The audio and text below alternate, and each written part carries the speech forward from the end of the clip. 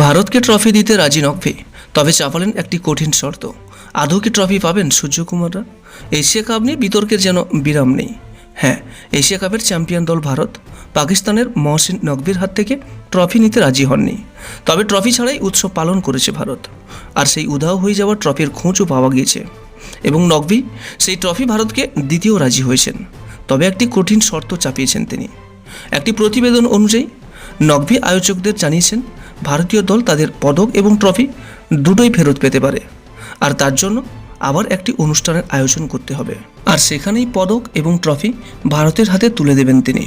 তবে এই মুহূর্তে ভারতীয় বোর্ডের যে অবস্থান, তাতে এই ধরনের অনুষ্ঠানে তাদের আসার সম্ভাবনা প্রায় নেই বললেই চলে। তাছাড়া এশিয়া কাপ খেলা ভারতীয় দলের অনেকেই দেশে ফিরে এসেছেন ওয়েস্ট ইন্ডিজের বিরুদ্ধে সিরিজ খেলার জন্য, এবং ফাইনাল খেলা শুরুর আগেই বোঝা গেছিল যে ভারত জিতলে কোনোভাবেই তারা নকভের হাত থেকে ট্রফি নেবে না। খেলা শেষে ভারত জানায় যে তারা কোনোভাবেই নকভের হাত থেকে ট্রফি নেবে না। তবে ভারত এও জানিয়েছিল যে সাপোর্ট স্টাফেদের মধ্য থেকে মনি মর্কেল কিংবা বিদেশি যারা রয়েছেন তারাই সকলের পুরস্কার গ্রহণ করবেন।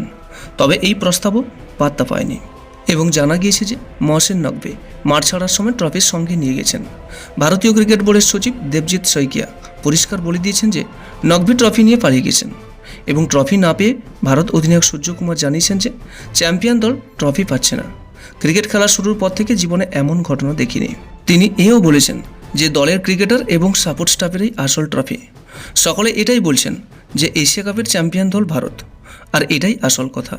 হ্যাঁ, ভারত চ্যাম্পিয়ন দল হয়েও ট্রফি পায়নি। এই বিষয়ে আপনার একটি মূল্যবান মন্তব্য কমেন্ট করবেন, আর ভিডিওটি ভালো লাগলে একটা লাইক করবেন এবং আপনার কাছের মানুষদের কাছেও শেয়ার করবেন। এবং নিয়মিত এরকম আপডেট পেতে আমাদের এই চ্যানেলটিকে অবশ্যই সাবস্ক্রাইব করে রাখুন। সর্বদা সুস্থ থাকবেন এবং ভালো থাকবেন। নমস্কার।